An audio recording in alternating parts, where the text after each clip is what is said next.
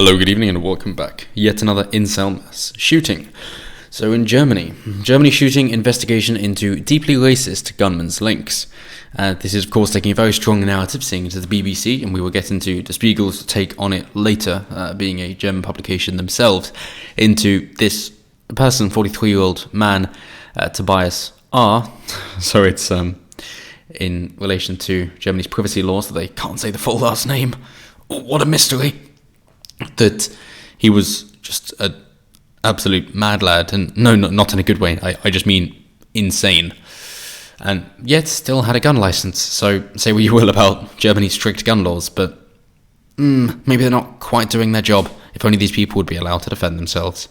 So the investigation into a deadly gun attack in Hanau is focusing on whether others knew about or helped organize it, Germany's federal prosecutor says. I think it's safe to say, going by his 23-page manifesto, that he's pretty much alone here. Although he wouldn't think of himself as being alone, given that he believes in remote control, and that the reason he hasn't had a girlfriend or any worthwhile female interaction for the past 18 years is because of the surveillance state stopping any interaction happening. Yes, he believes that the government or the powers that be are or were having an effect on him and therefore ruining his life. A kind of gang stalker's mentality, if you will, that the world is out to get him. And hence he couldn't get a girlfriend or enjoy life at all, essentially. Furthermore, in one of his messages to America, he said that, Americans, you must be careful because the military has underground bases where they worship the devil himself and torture and kill children. And that he believes that some of Trump's policies as well are from himself, Tobias. That is to say that it's the whole remote control idea at it again, to say that, well, I posited this thought through to him, therefore it's a reasonable chance, not that Trump has seen it, but through the remote control network, we actually have therefore interlinked. But more than that, about his whole grand schemes, is that he would like to be able to travel through time, have a time warp back to before the planet began and end it, because the world shouldn't exist as it is. So I guess he's got that same view as Extinction Rebellion, that everybody should be gotten rid of. He seems to have a lot of German national pride, to say the best things in the world are born out of Germany, which just goes to show that he's even more insane. But he then also goes on to say that about a dozen or a couple of dozen countries, that they should pretty much be wiped out, at least half the population. A rough cleansing and then a fine cleansing. He definitely believes in ethnic cleansing, as in genocide. In fact, seeing as he attempted to remove people from the large swaths of the population, then he did commit genocide, because he did attempt to do it. A weak definition, but the official definition nonetheless. So what did this bring him to do after 18 years of suffering and becoming more and more insane? Well, the suspect shot dead 9 people of migrant background at 2 shisha bars on Wednesday evening. He and his mother were later found dead in his flat. Peter Frank said material the suspect Tobias R. had posted online showed a deeply racist mindset. To be honest, it seemed that he just didn't understand anything. But nonetheless, yes, sure. Thinking that government power should step in order to eradicate people based on particular ethnicities, and against Islam as well. So it was very much, our ideology is better than yours and government should intervene. I don't see how it's far right, because it isn't. But nonetheless, of course, Merkel had to get involved in it, saying that racism is a poison, hate is a poison, and this poison exists in our society and is already to blame for many crimes. And yet, of course, continuing quotas and denigrating white people is definitely the right thing to do. Not the right thing to do, the right thing to do. Thousands of people have attended vigils in Hanau and cities across Germany. Basically, people don't wish to address any deeper level of this. You could either address, hey, letting in 1.5 million migrants doesn't make people happy, particularly in East Germany, where unemployment levels are higher than the rest of Germany, and also that mental health is what causes these problems to exist in the first place, as with this gentleman as well. And if you were to have such bigotry against other groups of people, and so prejudicial, as in prejudging, then it's fair to say that there are mental problems there as well. That is not the same as saying that if you disagree with an ideology, you are insane. Of course not. And by this gentleman as well saying that he believes that Islam to be a destructive force, well, it empirically is. Islam is most certainly a destructive force, that you either yield or you die. That is the Islamic way, that is the way that Muhammad taught, and that is how any fundamentalist follower will continue on in his word. So yes, fair enough.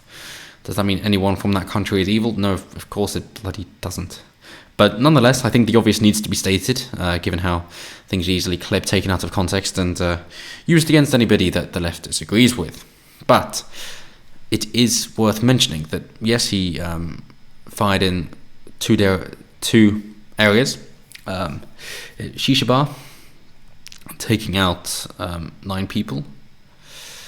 So they say that the victims here included German citizens and foreigners aged between 21 and 44. There were several victims of Kurdish origin, and that apparently the authorities were not doing more to fight extremism. Live and let live. A Bosnian and Bulgarian also died in the attack. Not that Tobias had anything against those countries, apparently. Ali Khan, a German-Turkish anti-racism activist, posted a photo of a friend of his cousin, saying that the friend was among those killed. Oh, so stunning, so brave. Anti-racism? Wow. If only we could be more like you and be against racism instead of all the rest of us. Virtue signalling at its finest. I'm an anti-racism advocate and an anti-sexism advocate, and I'm an anti-bad advocate. Yeah, look at me, woo. Pay me.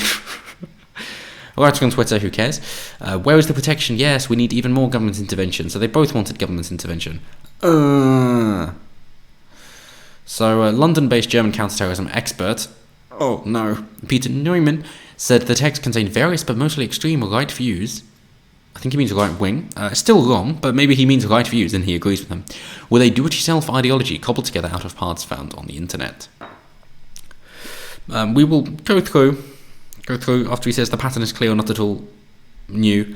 They mention recent far-right attacks in Germany, which aren't, but nonetheless, the reaction, the nice one, which I think is particularly poignant, is that the co-leader of the far-right, oh dear, AfD, Action for Deutschland party, said the attack was neither right nor left-wing terrorism.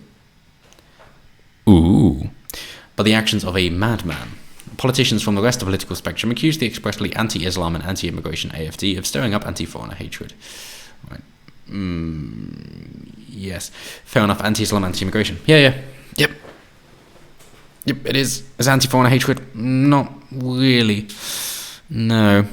But nonetheless, so it is kudos to them, whatever you think of the AfD, for not trying to say, no, he's not our bad guy, he's your bad guy, but instead actually looking at the facts that lay up before them, and could say, oh, he wants government intervention, but doesn't actually goes, no, this man is just crazy, we're not going to try and score easy points and pinning the bad guy on the enemy. So yeah, he is a madman. How do we know that? Well, if we go over to the Spiegel's article, that he does say, Tobias wrote that the intelligence services has employees who are able to read the mind of another person and are also able to take control of them and sort of remote control them from afar. And the feeling of being watched, he wrote, is one he had throughout his entire childhood and youth. Later, at the age of 22, that suspicion evolved into certitude, he wrote. So yes, over his 43 years, he had those feelings for about 40 of those years, and he could have received help at any time during that time period, but he didn't, and ended up with him shooting people. So, even as according to the racism, he wrote, he had already developed the belief that the bad behaviour of certain ethnic groups was a problem, even at a young age. He also claimed in the document that Islam is destructive, as it most certainly is. They say long passages are coherently formulated, eye of the beholder. So he says, these people are outwardly inherently objectionable and have also proven themselves historically incapable. He wrote of immigrants. Conversely, I came to know my own people as a country in which the best and most beautiful things in the world are born and grown. The Germans, he wrote, would have elevated all of humanity. Yes, very, very nationalistic. Fair enough. That Germans are purebreds and valuable, whereas everyone else could imagine halving of the population. He also raised the question of whether humanity as a whole is a victorious species that could at some point answer the question of what is actually going on here.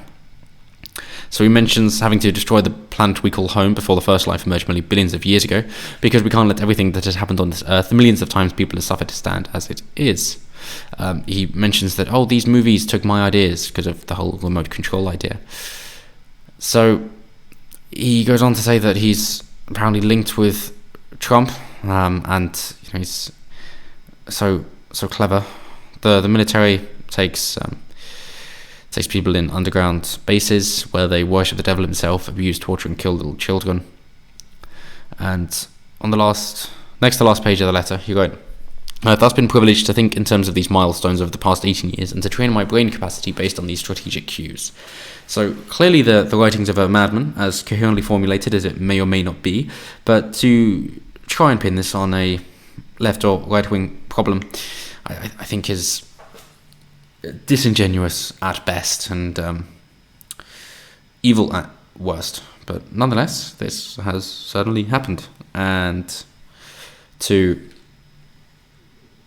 try and brush it off as racism and therefore we need to censor people and limit people's freedoms even more, I think is really missing the point, which is to say Germany and maybe countries across the West, you have a definite and strong problem with the mental health and faculties of your people. It seems that the stance of victim culture is far too strong, and to supposedly accept people as they are and you don't need anything from anyone because hey you're perfect and it's all about acceptance and self-love isn't doing anyone any good. The communities and the formations that should be keeping people in check are falling apart. The community cohesion is damaged almost irreparably, and the family unit is also splintering and disintegrating before our very eyes. The kind of support that people need, the social cues, acceptance, love, family, the bonding, the nurturing, all that stuff is being replaced by a faceless, emotionless state.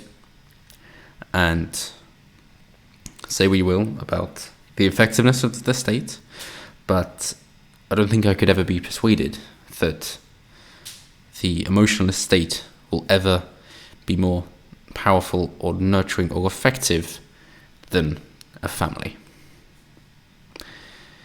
Your formative years, your primary years, are so important in creating of you as a person that the family unit must be above all, given that your parents, your siblings, your family are the people who are responsible up until about 4 years old, which is most important, into making you a functioning member of society who can then learn and grow through the rest of the world, and so that you're not isolated and desolate amongst your peers. Because after that age, once you lose contact and go your own way, then it is too late and you are pretty much screwed unless you can have some radical change. And unfortunately, Tobias here could not, and he suffered the fate of many before him, just in a more rambunctious manner, like going out in a blaze of glory before, of course, killing his mother as well as himself. In a twisted way, I suppose, to try and think that he was taking care of her by not allowing her to live with the consequences either. But until we figure out that, until we remember the importance of the family in those formative years, and that you shouldn't be ripping children away from their parents at such a young age because you want the parents to be out working, I don't think this is going to get any better.